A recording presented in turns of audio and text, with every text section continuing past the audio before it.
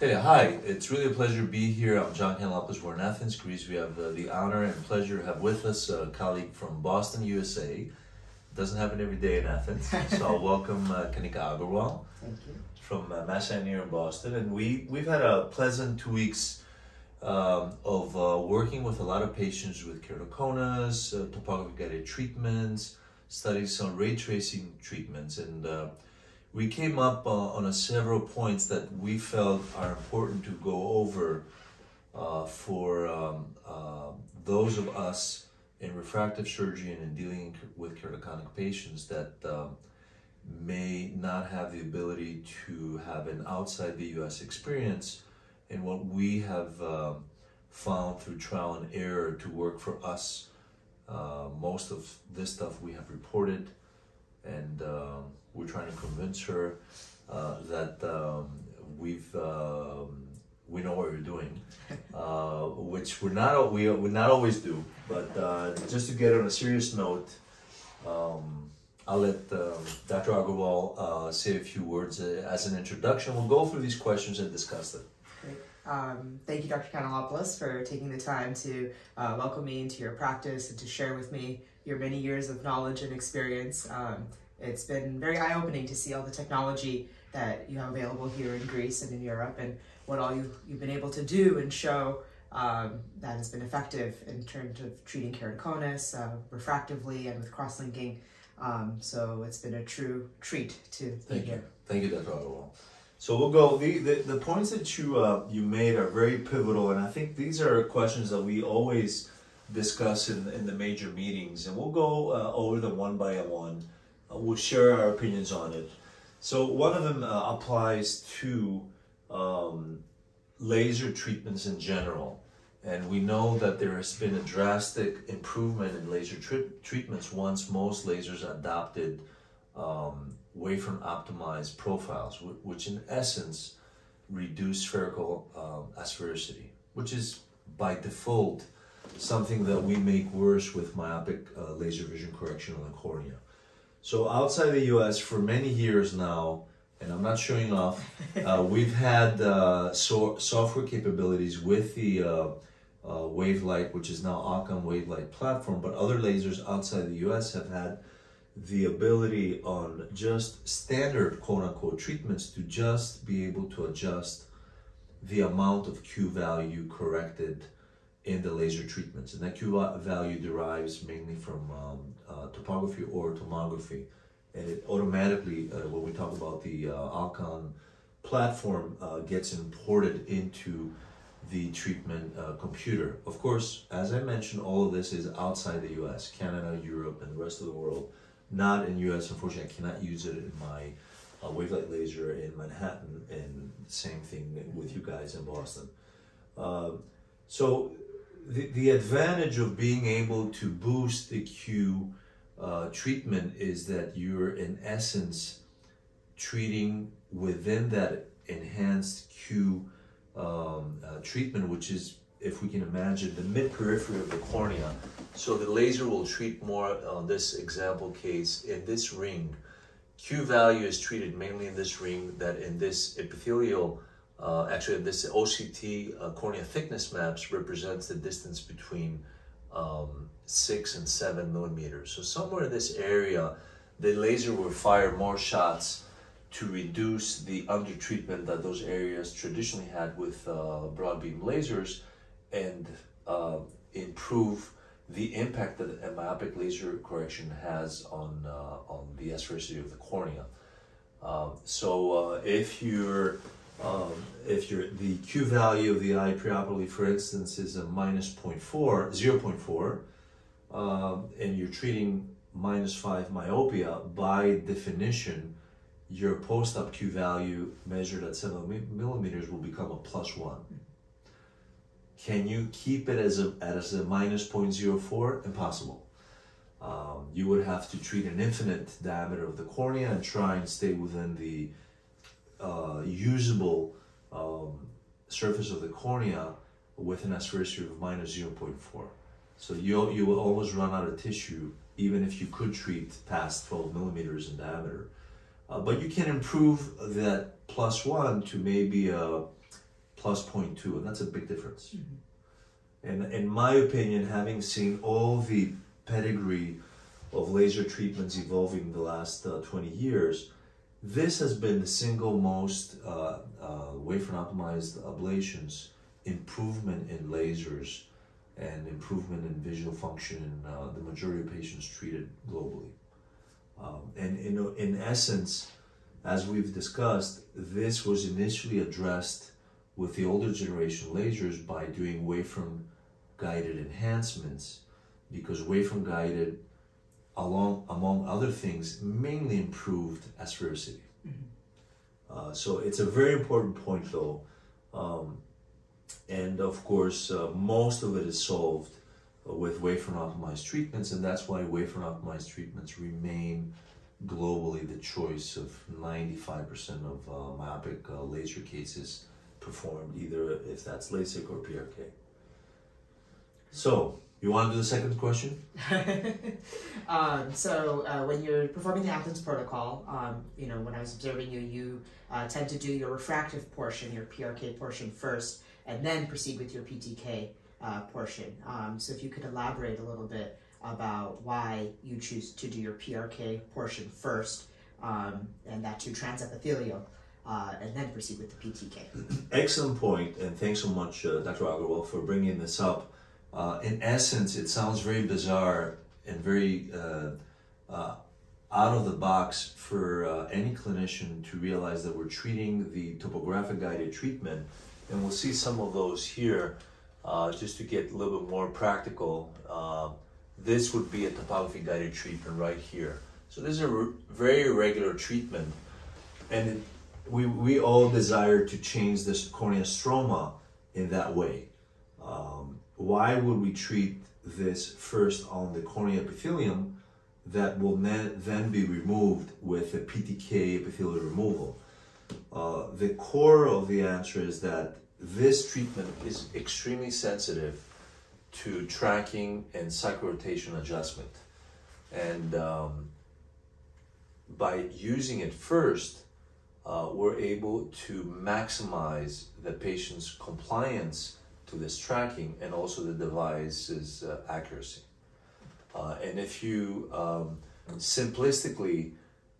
if we simplistically agree that if you treat epithelium first and the topo-guided fix next, and as a sum, that will be the same if you inverse them, then I think one will understand why we're doing the PTK epithelial removal, which I'm sorry is not available with this platform in the US. Second, because that PTK removal resembles this myopic correction in a broader diameter, and it's not sensitive to cyclorotation. It's a astigmatic, or if you want, topographically neutral treatment, and it doesn't get affected at all by cyclorotation. It just needs to be centered in the pupil.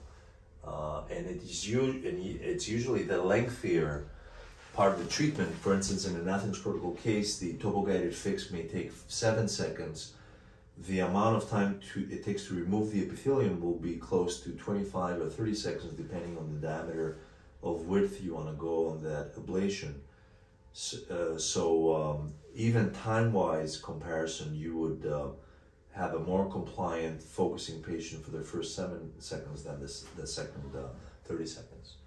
Very confusing, but I hope it makes sense. And just as a pearl here, outside the US, lasers that can do both treatments in one session, and those are the Schwind laser, which is probably the most popular besides the wavelet laser outside the US, and the IVIS laser, a German and Italian manufacturer, use this by default. So when you plan on doing a topo-guided fix transepithelially, the laser software will automatically treat the refractive treatment first, and then do the treatment that accounts for the epithelial removal second, under the same logic.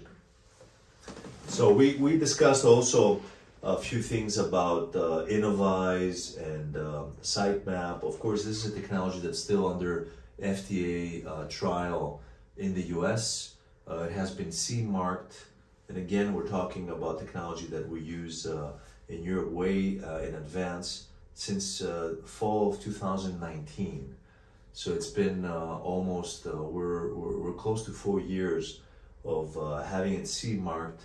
And this technology we can see in this upper sketch, in essence, uses a combination of waveform guided and topography guided. So it uses a sine fluke assessment, so a sine fluke tomography, in essence a Pentacam HR, to assess the anterior segment of the eye up till the lens, and then uses a hardware check waveform analyzer to assess the total aberrations with that methodology. And prior to that, it does laser interferometry of the eye, and all these three measurements are done by one device. So that device, the SightMet device, which is the trade name by Alcon Wavelight, for in essence what Oculus has marketed for maybe a year more as the Pentacam HR AXL Wave, which is in essence a Pentacam that can also do action length measurements, interferometry, and a Harman Shack waveform map.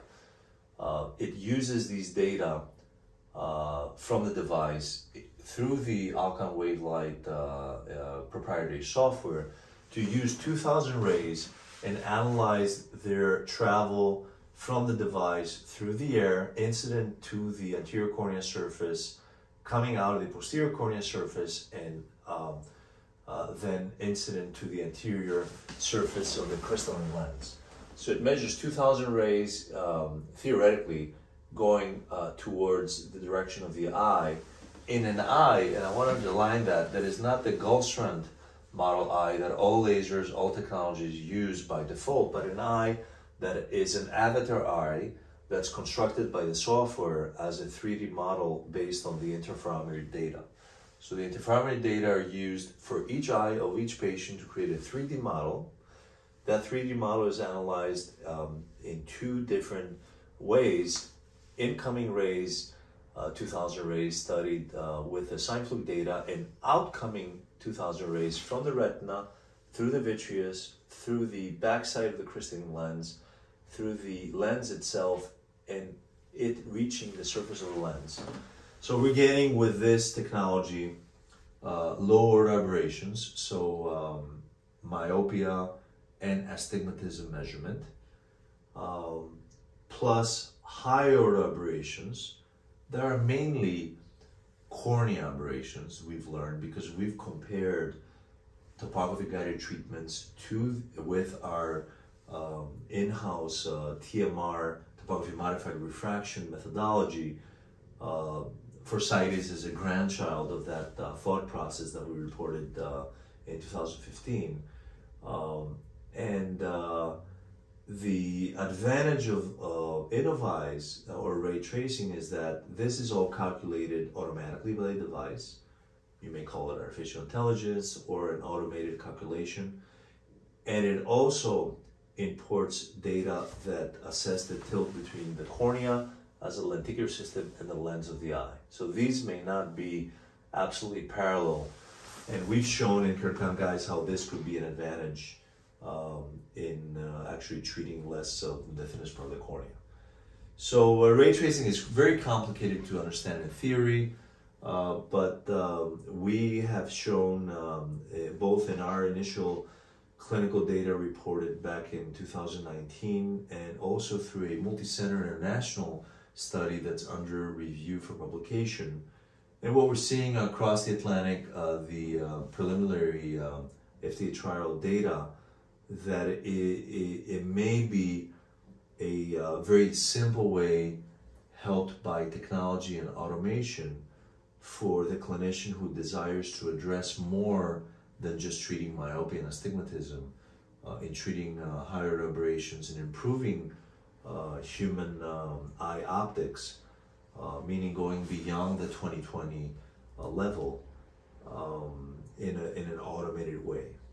We had the luxury, and we've seen a few cases together, to compare what the ray tracing software gives as a default golden bullet, so to speak, treatment, in what we were designing with. And this is our paper from 2015 introducing TMR, and how we showed that one eye treated with TMR topo-guided surpassed the other eye being treated with just topo-guided and the manifest refraction.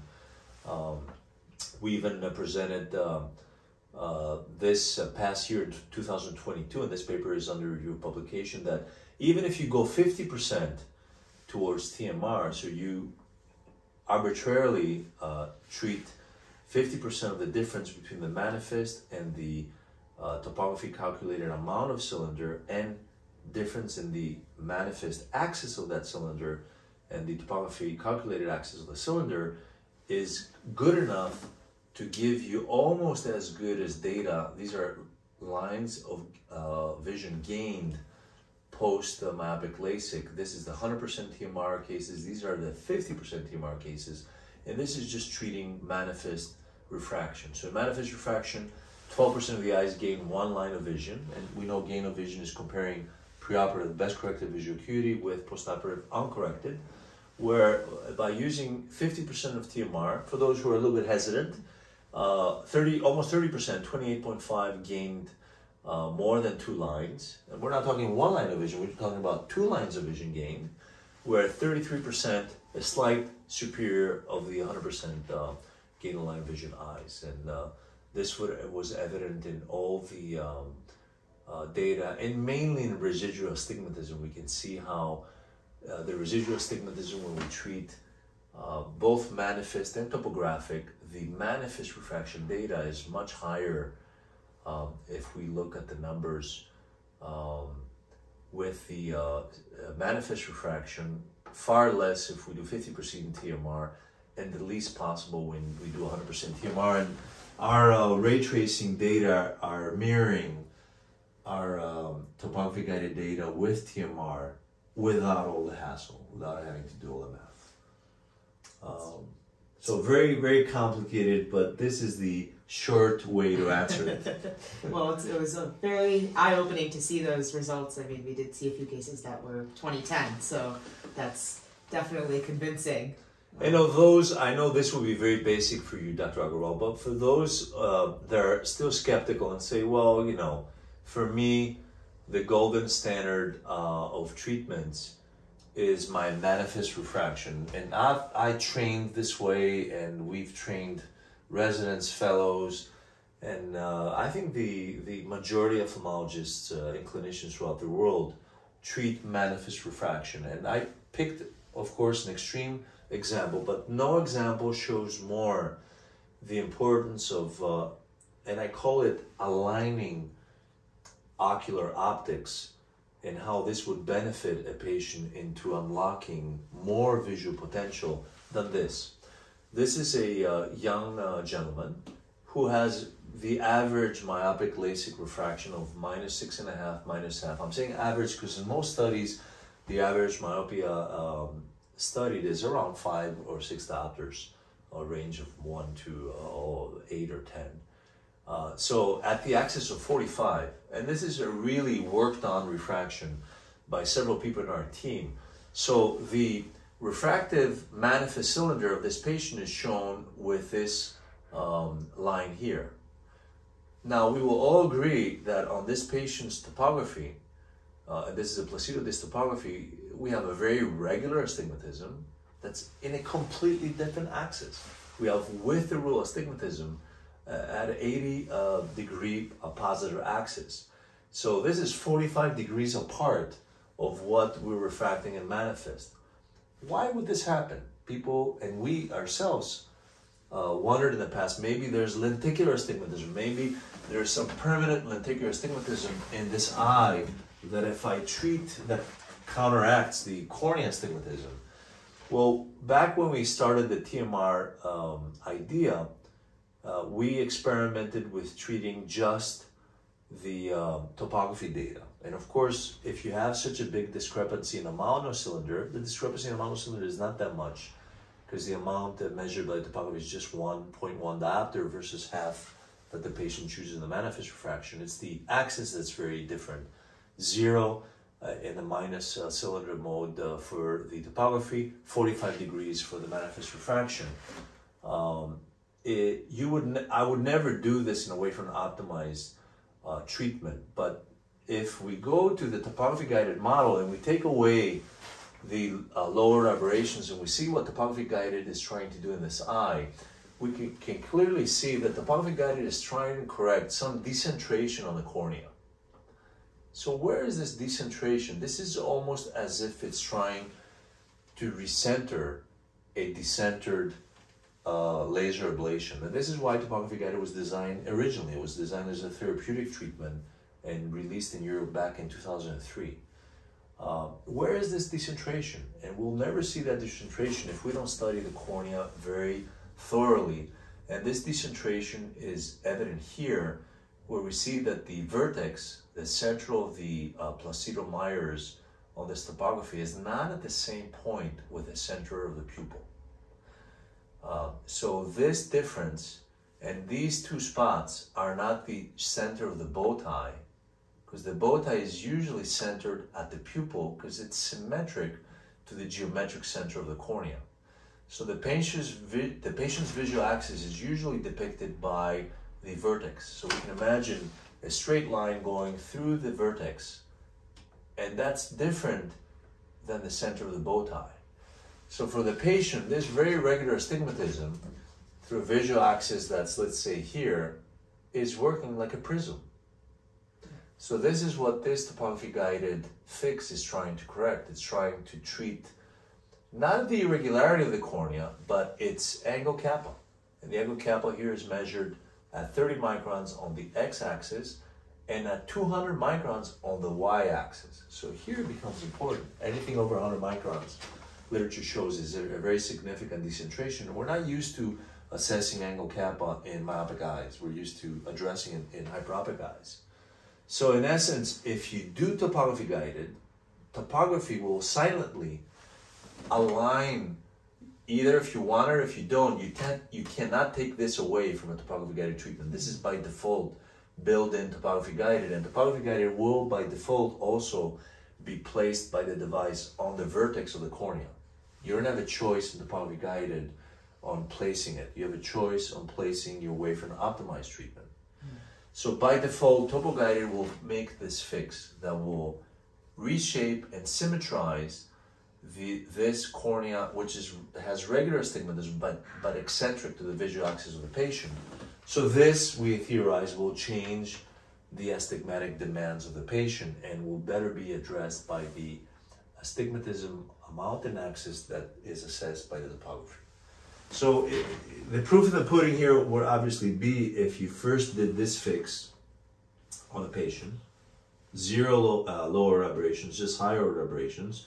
You measure that patient a month down the line, and then you prove to yourself that indeed now the patient in manifest refraction has switched axes and is measuring their topographic axis with a cornea that has been now the vertex and the center of the astigmatism will be lined up.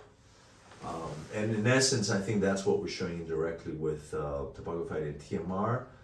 And this is mainly when we looked at the ray tracing treatments. When we zeroed the lower aberrations, we saw the exact similar pictures that ray tracing is trying to do the same thing, line up the cornea and the rest of the eye as a system of lenses that the patient uses.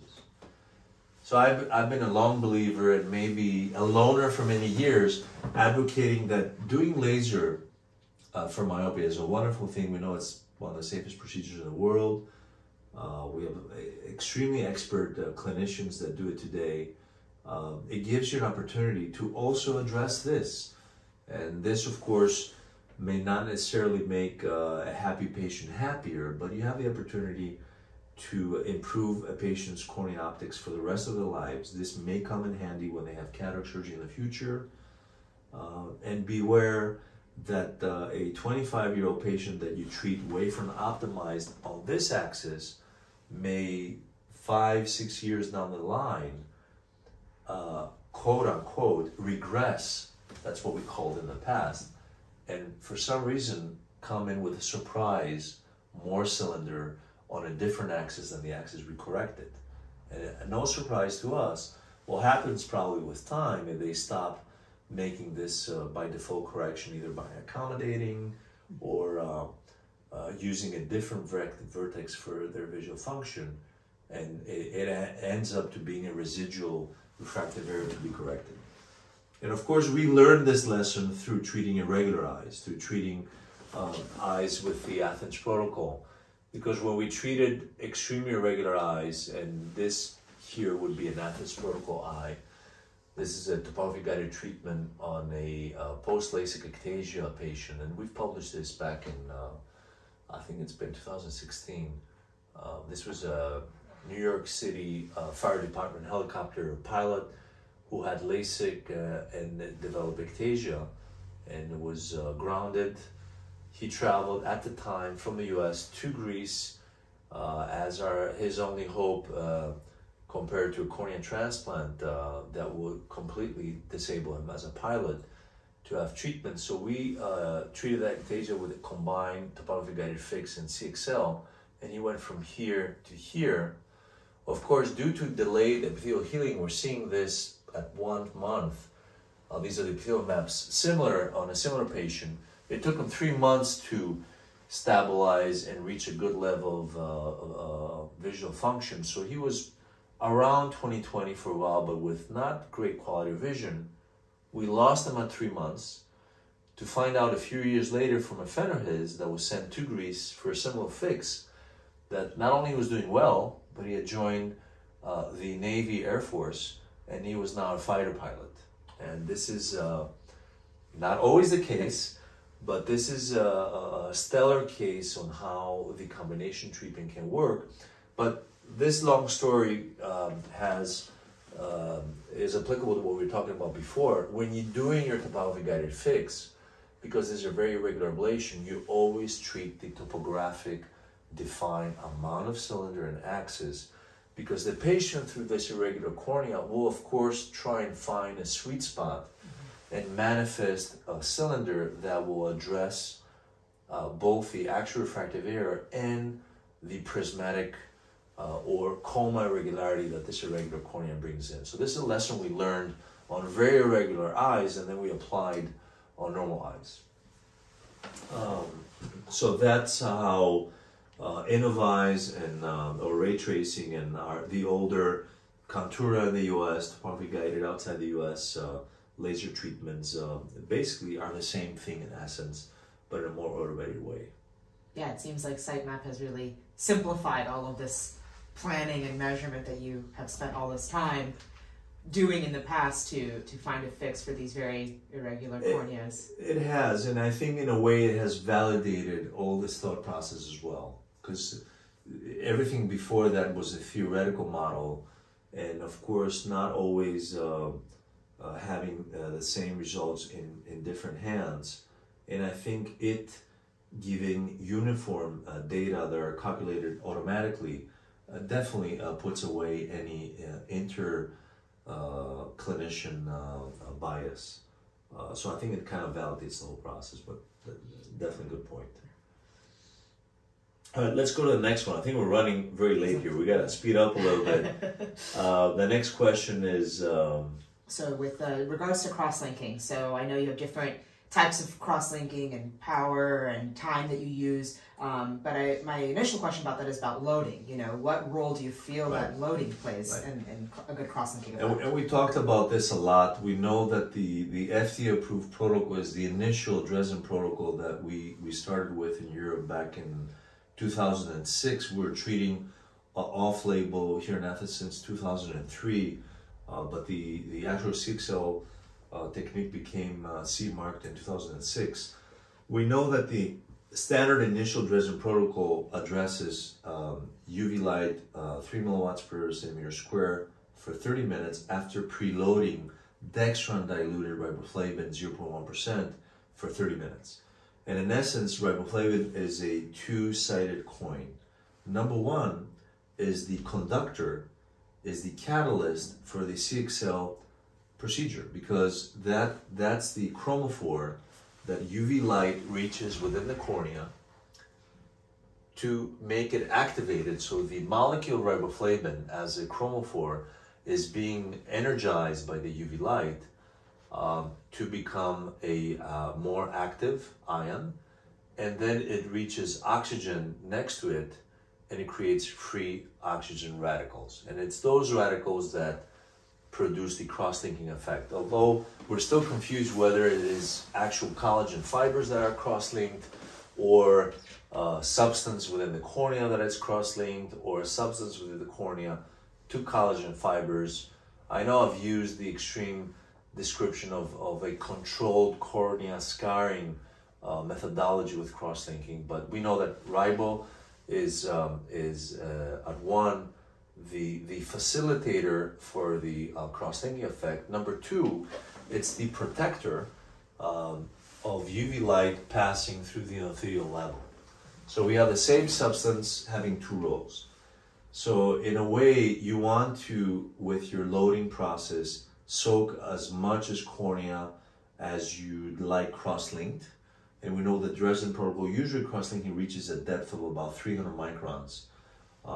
And we've seen here that by changing the fluence of the UV light, we see this cross-linking line, which unfortunately, it's a very empirical way to judge the depth and the width, the pattern of cross-linking in the cornea. We see it's a very uniform pattern in the 9 millimeters that this OCT device by OptiView is looking at, and it's at least 50% depth. So I know by experience that this is a UV treatment somewhere in the middle between 30 milliwatts, that's called super accelerated cross-linking, and the 3 milliwatts of the Dresden protocol. Mm-hmm. And all the in-betweens come from almost 80% cross-linking to almost 10% cross-linking. And of course the irony here is we don't know which one is enough. Mm-hmm. We want it to be enough to stabilize the cornea, but we don't know if 50% depth is the ultimate, if 40, if 60. We want to make sure that there's a distinct line, at least the first month. It's deep enough, so at least 40%, and its width is the one we've designed. Remember the UV light that we use, the CXL one, looks only at 7 millimeters. So it's not an oddity, this is exactly 7 millimeters, because it's exactly the UV pathway projected onto the cornea. So loading time, if you're scraping the epithelium and Bowman stays intact and you're using the Dresden protocol tools, has to be half hour. If you're doing laser beforehand, you're doing any portion or any variety of the Athens protocol, and we're not treating PRK with the Athens protocol, we're treating, as I mentioned previously, a very irregular fix to normalize a very irregular cornea. And most of the times we use zero refraction on that fix because the cornea thickness does not allow us to treat more. Then you've removed a large segment of Bowman's, and then soaking is far faster.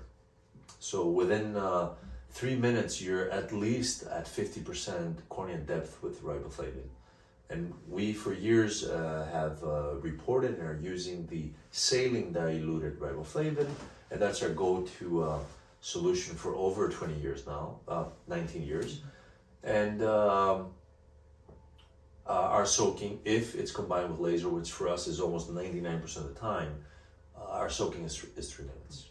That's great. I mean, it's efficient, and like you were saying, patients are nervous. There's, time is a factor as well, and there's anxiety and pain. And so, if there's a way you can expedite this process for them to get the best outcome, I think that's ideal. True, absolutely true. And also, we also have to always take into consideration the dehydration factor of having a deepithelialized cornea being soaked with dextran diluted riboflavin, which is hyperosmotic and causes further cornea deturgescence and thinning of the cornea, and thus maybe inadvertently a deeper cross-linking effect that could at some point reach the endothelial level and endothelial toxicity, which is something that we want to avoid. So it's very relevant to the technique and the procedure. Unfortunately, as we discussed, there's so many techniques out there.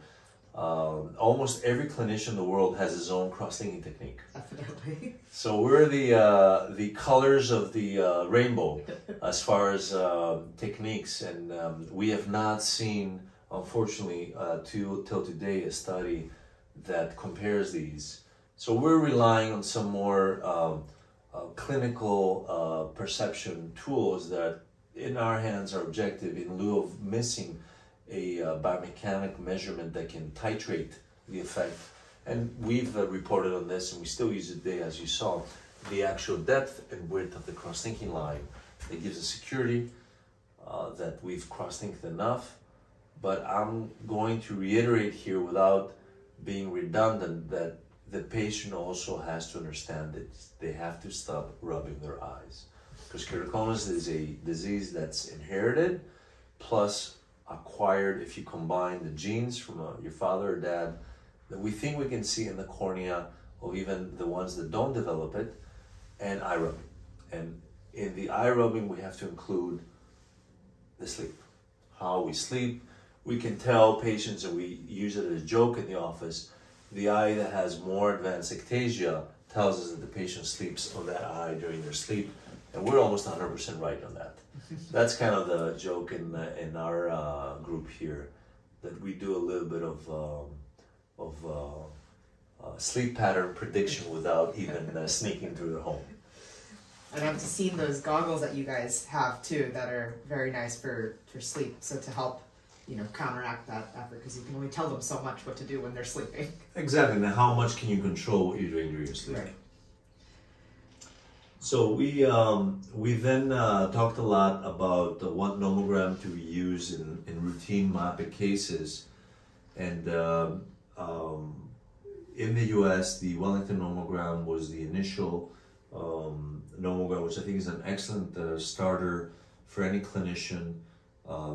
The several data registering softwares such as the IBRA software that we have used in the past as well offer you the luxury, if you track your cases, help you to develop a nomogram of your own.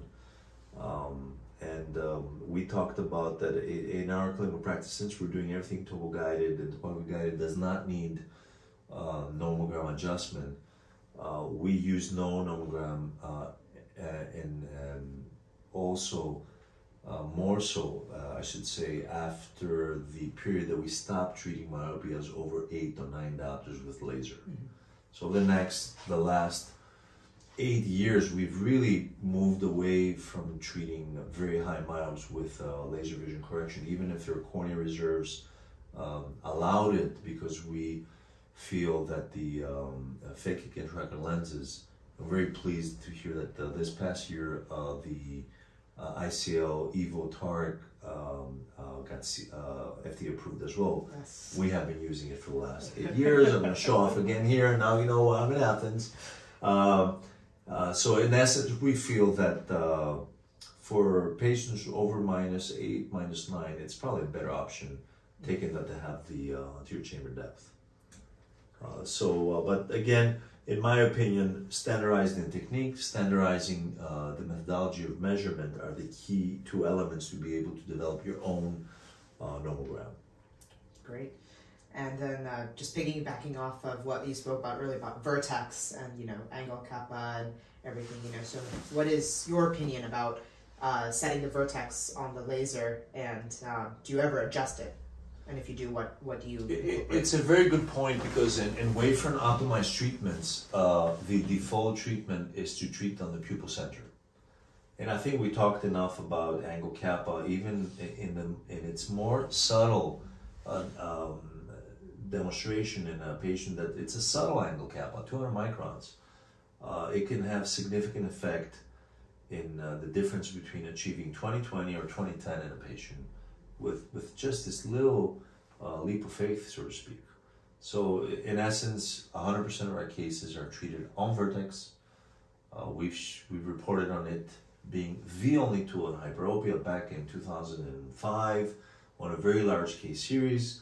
And we've advocated all these years that it is the way to do so, even in wavefront optimized treatments, because that's where the actual refraction is measured on. Mm-hmm. Even if I do wavefront optimized with a manifest clinical refraction, it's been measured by default on the vertex of the patient, because that's through what the patient was seeing. And we've also reported in how effective lasers have been, excimer versus smile procedures, in achieving this vertex accuracy by comparing pre and post sine fluke imaging and looking at the sagittal cornea power change and how that is effectively centered to the vertex with smile and topography guided LASIK, and we showed a humongous difference, almost to the effect of 250 microns between the two procedures, showing how more accurate treating actually on the vertex is with a device that's tracking the vertex and completing the procedure throughout on that spot. Great. And then just circling back to cross-linking, a few more questions there. Your thoughts about Epi-on cross-linking? Epi-on is really very attractive, and I know the strongest reason to do Epi-on is to avoid the morbidity of depithelialized cornea, pain, elongation of healing, etc., etc. And of course, there are several techniques that have been advocated. We saw in Europe the electrical current to move riboflavin through intact epithelium. So we're saying that epithelium on is definitely attractive. The question is, how effective is epithelium on compared to epi-off? And if we go back to what we talked about before, assessing not topography changes, but epithelial changes, and on OCT, CXL effect, in most epithelial on cases, the CXL effect is very, very shallow. And we don't know if that's enough to treat on a teenager or a young adult 2021, which is the typical Greek patient that comes in with a treatment needed to be done imminently. Because if we lose a 6-month, 1-year window in that patient, they may become, from a cross-linking candidate, a cornea transplant candidate. Now, you have more lux of time in older patients get, and the thicker the corneas if you deal with. But we've tried and we work with it in basically pediatric patients where using standard cross-linking was almost impossible.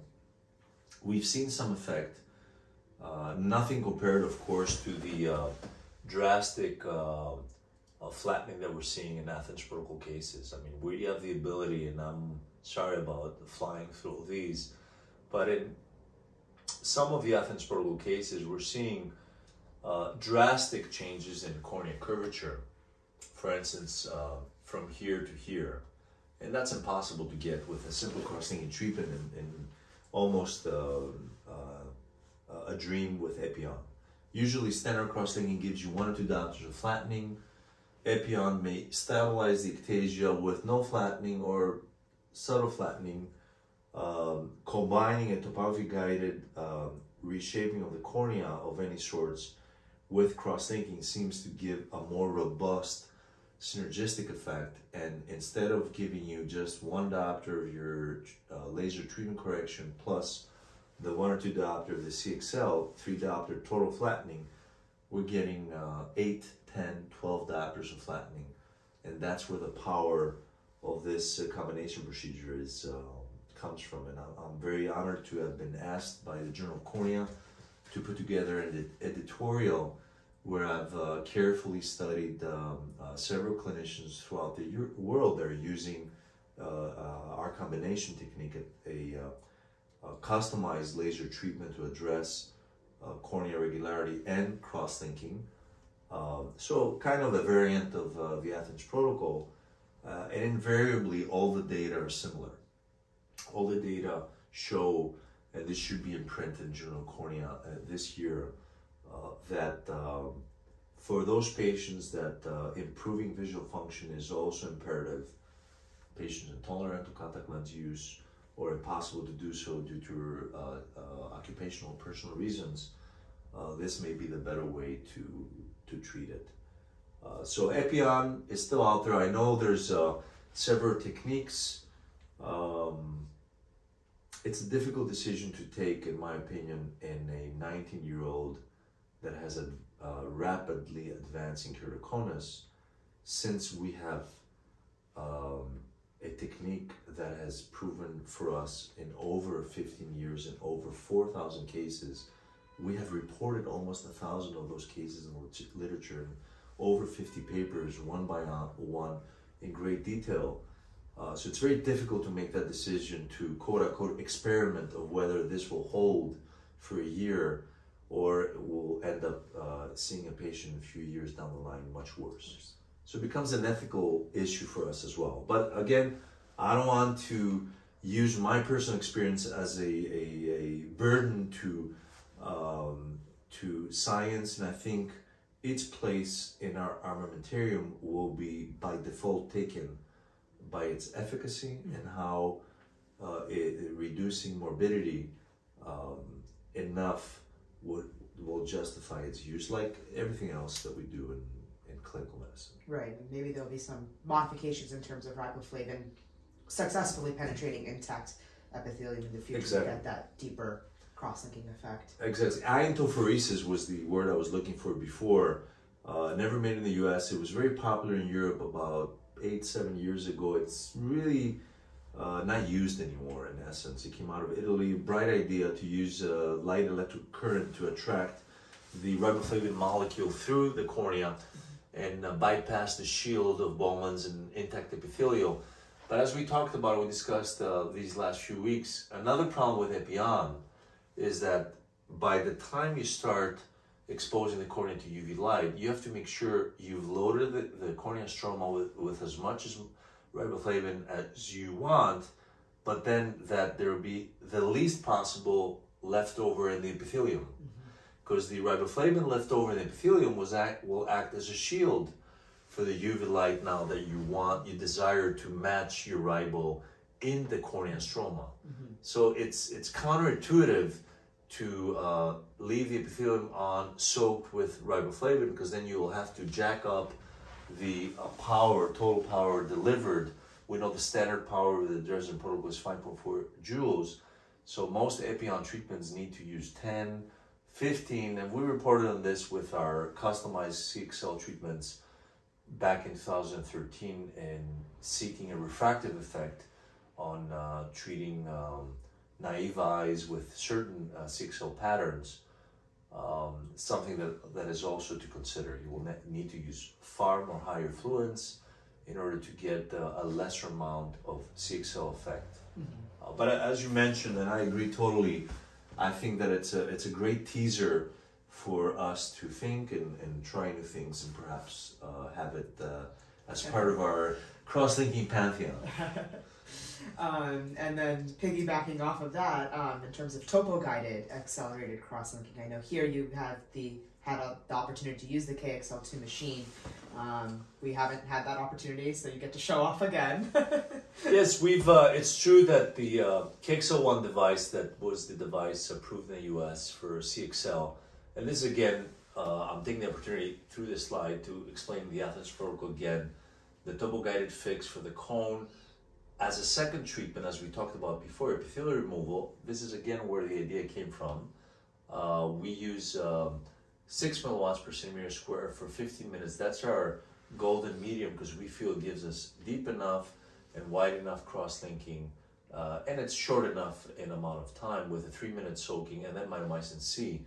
But in essence, we also showed that using, and this is where we compared sequential to simultaneously, showing, this is reported in 09 at the JRS, showing that it's superior to use them simultaneously.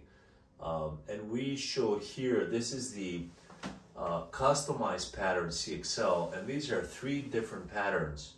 This broad pattern is 7 millimeters. We're using a total of 4 joules of energy.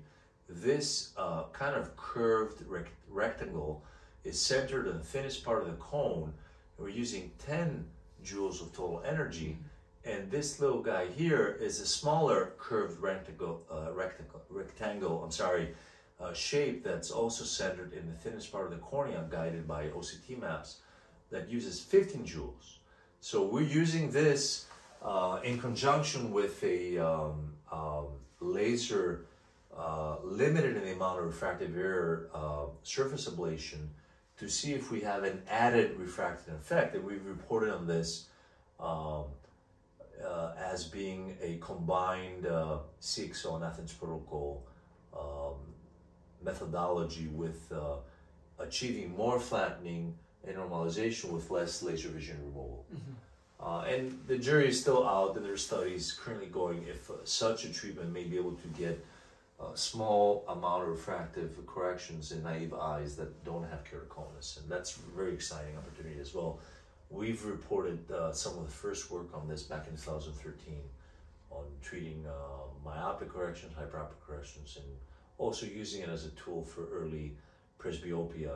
I'm not going to use the term correction, I'm going to use the term help.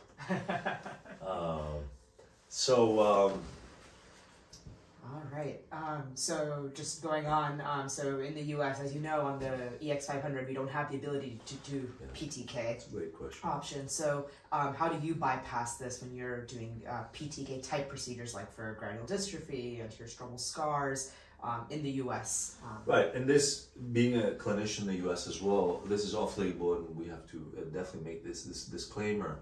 But you can bypass the fact that this particular laser that we're talking about, the wavelength outcome laser, does not have yet in the US a PTK mode.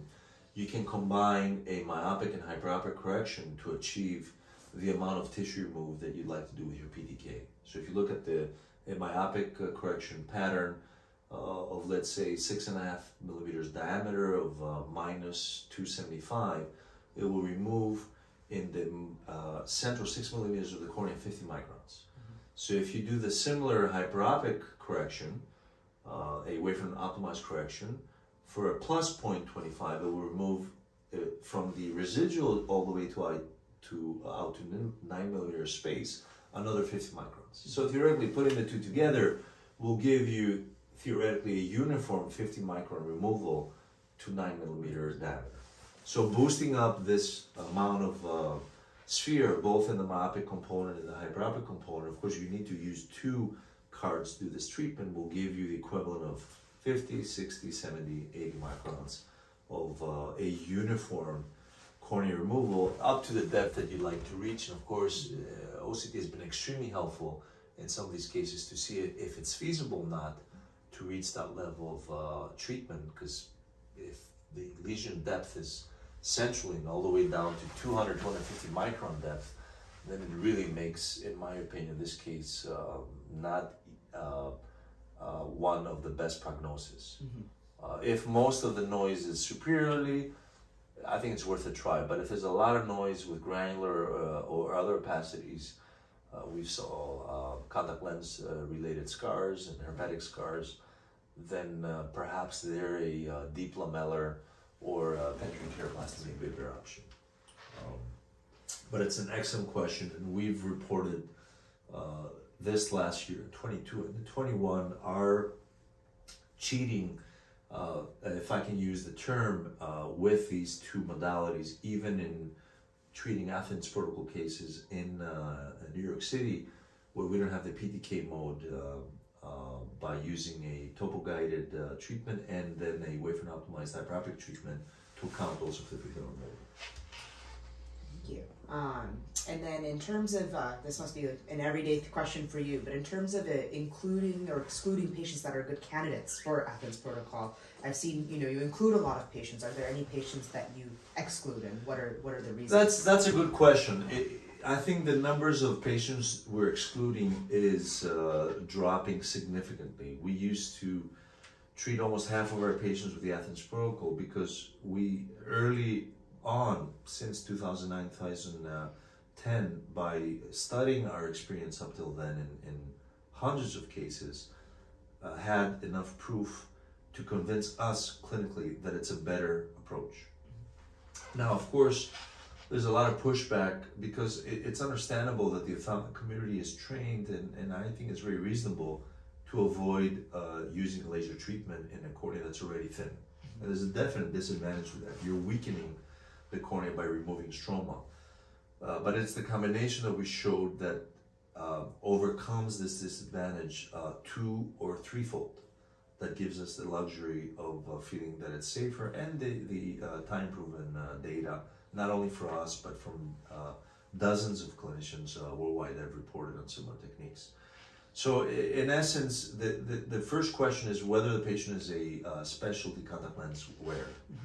So if they are, usually, unfortunately, that group of patients comes in for treatment very, very late, because they can get by with their astigmatism, they can get by with rubbing their eyes, worsening their astigmatism, and they're thinning and their keratoconus until it's the end of the story. So usually those patients, when they come for assessment, they already have surpassed our limits of cornea thickness.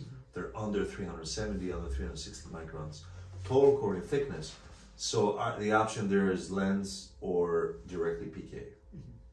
Now, if they're contact lens wearers and they're happy with the contact lenses, and we're seeing a progression in the keratoconus, and they don't desire to address the cornea irregularity, then we would do CXL alone. And then again, the question, as we discussed, comes if you're going to remove manually the epithelium or use the laser, which at that time will in effect do a little tiny topo-guided fix, because it'll shave a little bit the cone tip since the epithelium there is thinner. But the majority of patients, at least in our environment here in Southern Europe, where the sand and the atmosphere is very, it's a very significant deterrent for contact lens wear, and the climate in general makes the majority of patients, I'd say over 90% of patients, better candidates for the combination technique. Would you feel like you're seeing a lot more patients in their earlier stages now, given that we have cross-linking available, or has that made any changes in terms of the demographic of keratoconus that you're seeing? That's a great question, and I think we are, but on the other hand, I think that this load of patient care has been now distributed through a much larger number of clinicians in Athens, in Greece, in Europe, which have through the years become far more astute to assess keratoconus and address it. I started this whole work when I was flying from New York to Athens with a box of corneas to do 5 or 6 transplants right off the airport. It was the years that I was doing 120, 150 cornea transplants for keratoconic patients from Greece and or Cyprus. And I do less than 5 a year now. Wow. And I see at least 5 times the amount of keratoconic patients. So I think that statistic alone makes me very happy. Yes. Makes me very proud. And I think has made all of us clinicians very careful. We'll see a keratoconic patient inadvertently as a cataract surgery candidate. And although we know that for that 70, 65, 75-year-old gentleman or lady, depending what country you are and the obviously amount of cataract they have, it may not be that big of a deal, but we automatically will ask them to assess their children or grandchildren, which in Greek standards will be at the teenage age, may have 20/20 vision, by topography alone.